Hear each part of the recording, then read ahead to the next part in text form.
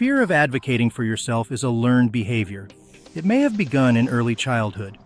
During those impressionable years, making known your needs and wants, in even subtle ways, was resisted by parents or other authority figures.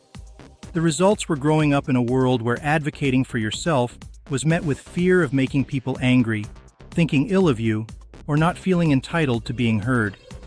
This carried over into adulthood, where there was a reluctance to bring up any issue that made them feel uncomfortable.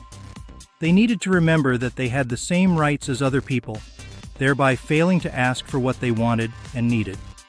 As this continued, their attitude and behavior became part of their identity.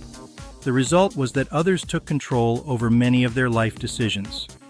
However, the three critical elements of self-advocacy are understanding one's needs, developing strategies to override one's fears about communicating those needs, and communicating those needs to others. This sounds good, but how can people self-advocate when their fears are overpowered?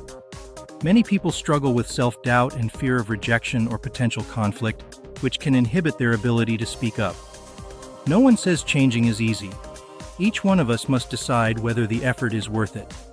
How do people change years of reinforcing thoughts and behaviors that make the ability to self-advocate foreign and feared? Consider the following strategies that can move people toward the goal of being able to advocate for themselves. Be aware and tell yourself that your reluctance to self-advocate is a learned behavior, not the real you. Think specifically about what the need is or want you may have. Know what you are talking about before bringing it up. Please do this by gathering information beforehand and making sure it is accurate.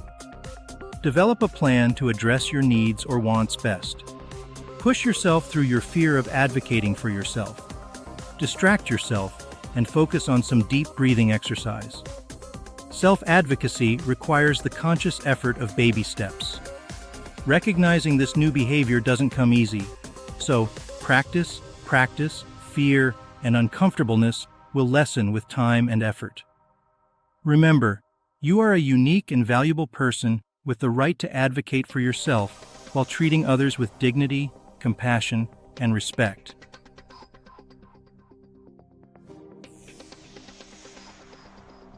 A special thank you to the Town Fair Tire Foundation for making the production of How to Advocate for Yourself possible.